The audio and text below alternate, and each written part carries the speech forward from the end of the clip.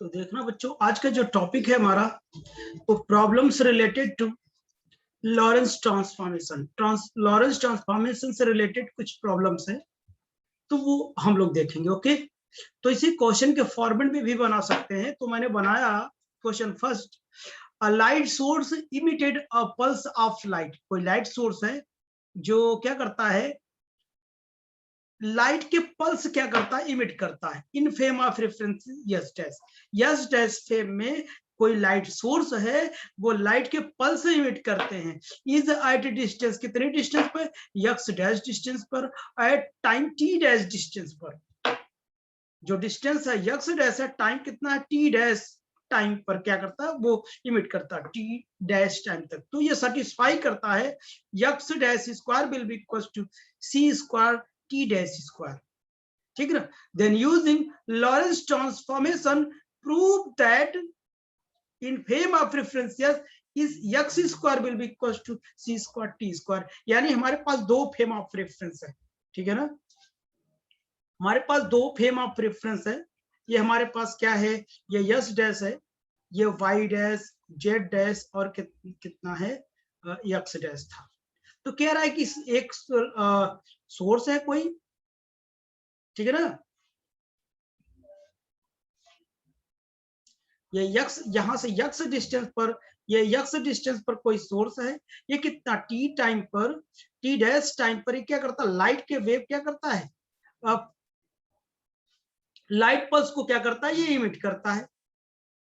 तो इसकी speed of light कितनी है, वो कितना है, सी है, ठीक है ना।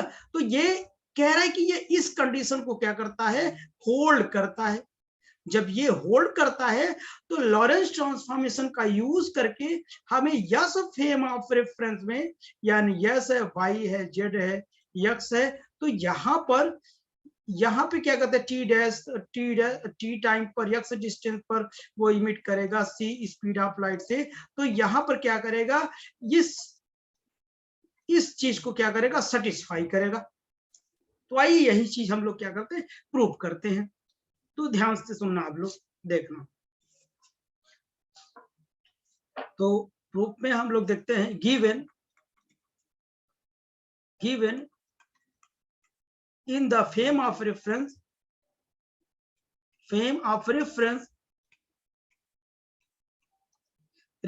Yes dash,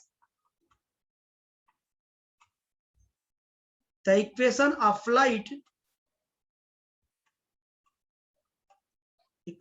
light pulse is, कितना गिवन है, x dash square will be equal to c square t dash square.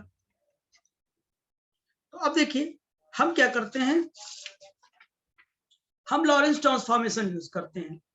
Using Lorentz transformation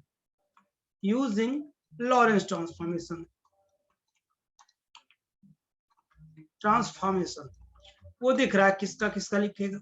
Lawrence क्या होता है, x minus v t by c square, इतना होता है, वी टी हो जाएगा, और 1 minus v square by c square, y dash कितना, y z dash will be equal to z t dash will be equal to t minus v x by c square, root में 1 by we square by कितना, c square. इसमें यही मैं use करूंगा, रखूंगा। और x Y Z से तो कोई मतलब है ना, उसमें है नहीं।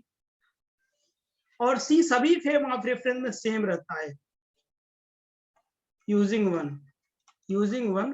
तो यक्स डैश स्क्वायर सी स्क्वायर टी डैश स्क्वायर रख दूं। अगर मैं यहां रख देता हूं तो होगा क्या, स्क्वायर है,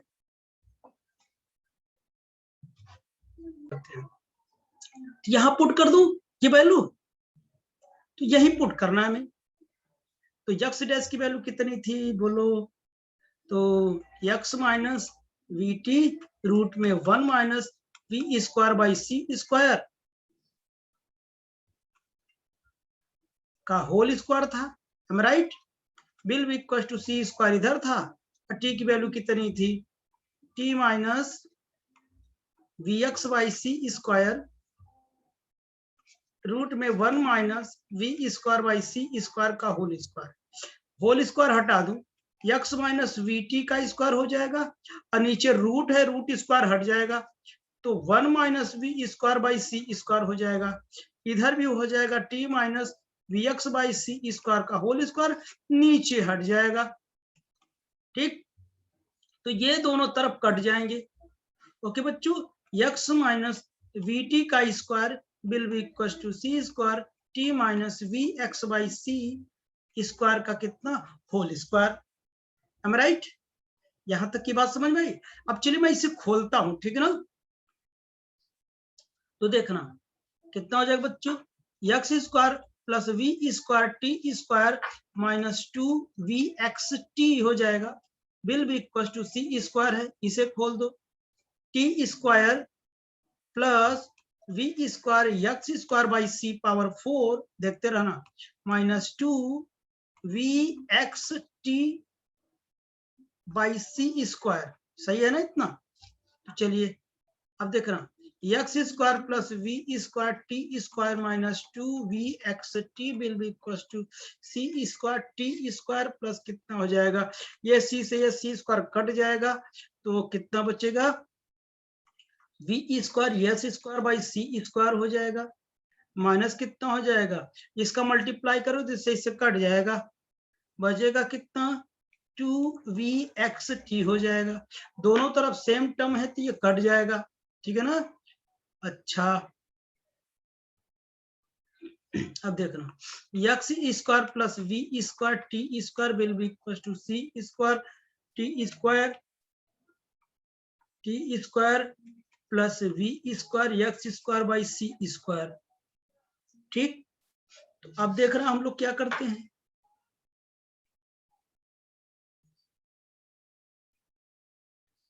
यहां सी का एलसीएम ले लेता हूं हर जगह, यहां भी यहां भी यहां भी एलसीएम लेके मल्टीप्लाई कर देता हूं इसका, ये सी स्क्वायर एक्स स्क्वायर हो जाएगा, ये c square v square t square, ये c power 4 c t square plus v square x square.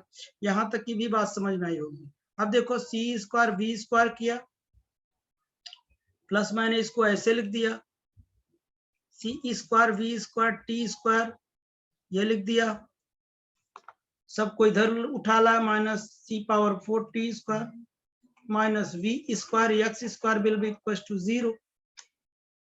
तो देखिए c square x square minus c power 4 t square एक पास रखा, फिर लिखा c square v square t square minus v square कितना x square.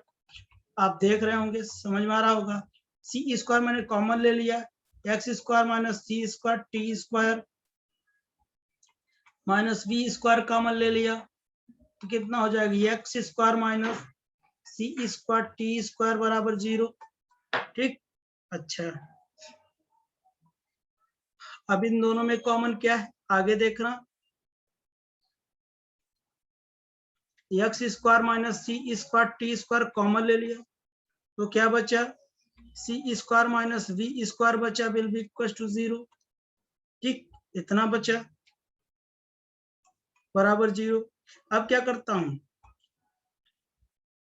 तो ये क्या है, आपको पता है कि ये जो सी है सी कभी v के बराबर नहीं होगा क्योंकि जो फ्रेम ऑफ रेफरेंस की वेलोसिटी स्पीड ऑफ लाइट के कभी बराबर नहीं हो सकता है, तो ये टर्म 0 के बराबर नहीं होगा।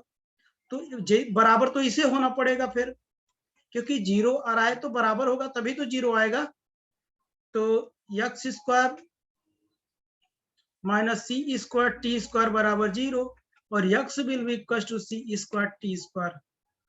यही मुझे प्रूव करना था और ये मुझे मिल गया, राइट? समझ में बच्चों? ठीक है ना। चलिए इसी में दूसरा क्वेश्चन देख लेते हैं, question number 2।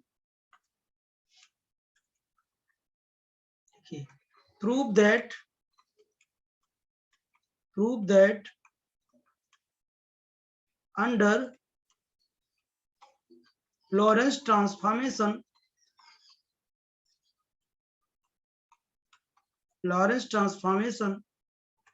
x square y square z square will be c square t square is invariant.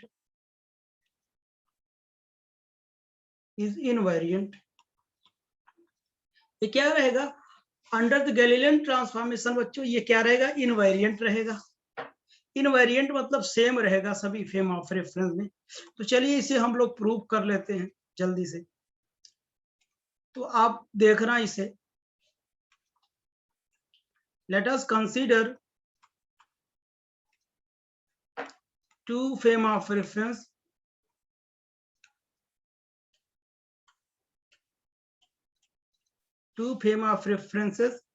yes and yes dash such that yes dash moving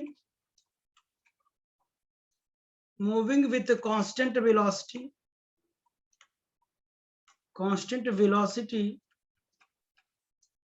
v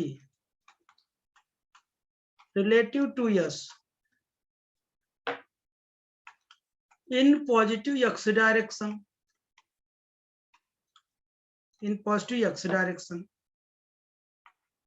by Lorentz transformation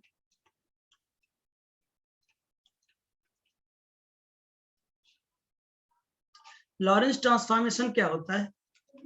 x will be equal to x minus vt by root में, पहले मैं ये लिखता हूं,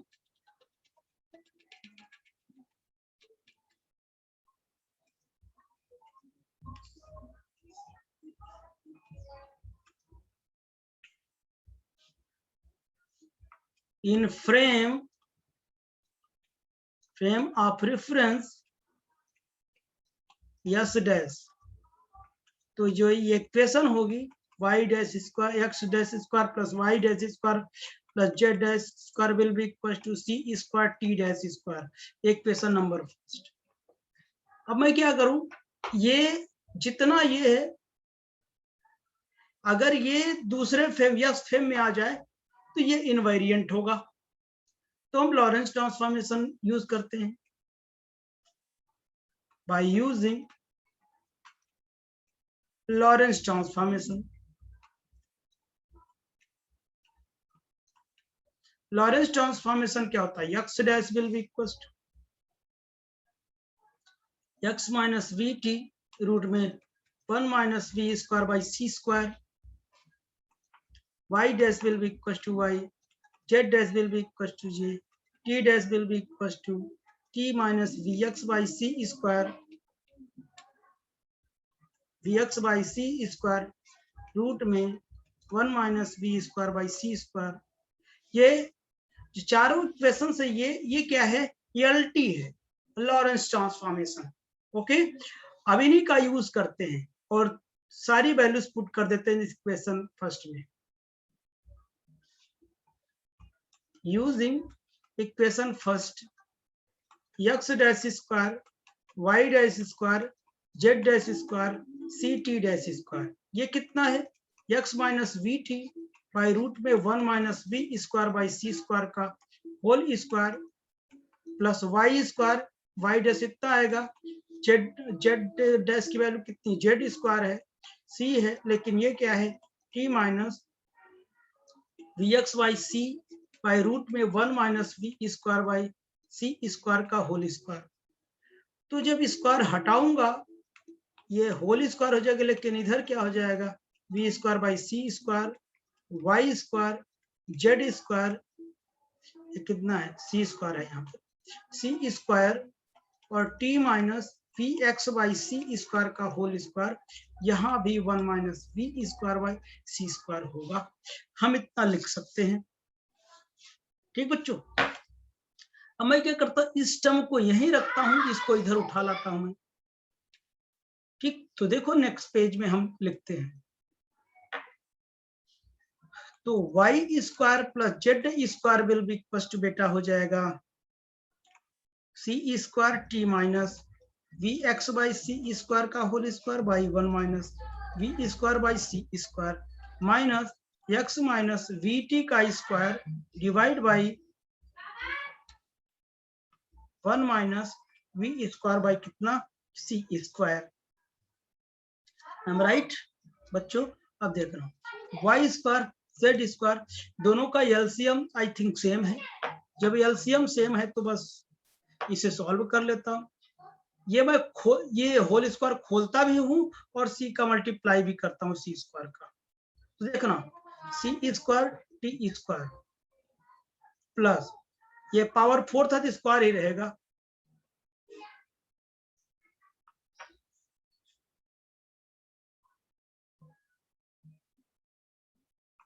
we square x square by c square रहेगा ना। उसके बाद माइनस हो जाएगा 2 आएगा वी एक्स टी रहेगा, सी स्क्वायर से सी स्क्वायर कट जाएगा। अब इसको खोल दो, माइनस का भी मल्टीप्लाई कर देना है, minus x square minus v square t square minus minus plus 2x v t. ठीक ना बच्चों। अब डिवाइड बाई कितना हो जाएगा 1 minus v square by c square. देखो कटता क्या क्या, ये टर्म आई थिंक कट जाएगा,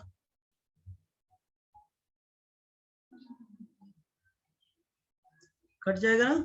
तो अब बचेगा कितना y square z square will be equal to c square t square. अच्छा तो यहाँ पे आप देखना एक कंडीशन देखना, x will be equal to c t होता है और v बाई सी कितना होगा 0 होगा, क्योंकि v क्या होता है वेरी वेरी लेस देन सी होता है। तो अब इसलिए ये 0 को टेंड करेगा, तो ये टर्म 0 होगा हमारा। जब 0 होगा तो ये 0 हो जाएगी, नहीं लिखूंगा।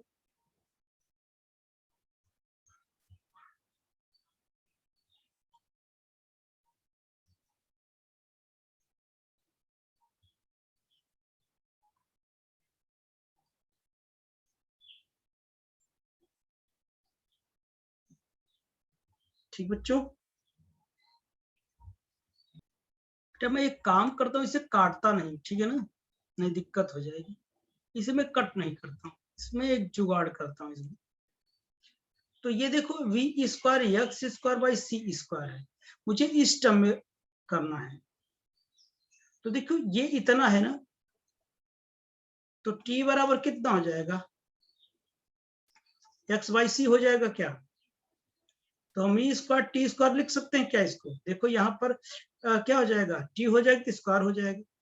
तो इस टर्म को मैं ऐसा लिख सकता हूँ v square t square minus x square minus v square t square, root में मैं क्या लिख दूं 1 minus v square by c square. समझ में आया मैंने क्या कर दिया।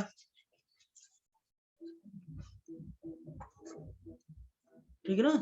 तो अब देखना, अब ये क्या, ये टर्म कट जाएगा और ये टर्म क्या हो जाएगा। अभी आप जानते हैं v is very less than क्या c है, तो ये टर्म 0 को टेंड करेगा, तो ये टर्म तो 0 हो ही जाएगा ना।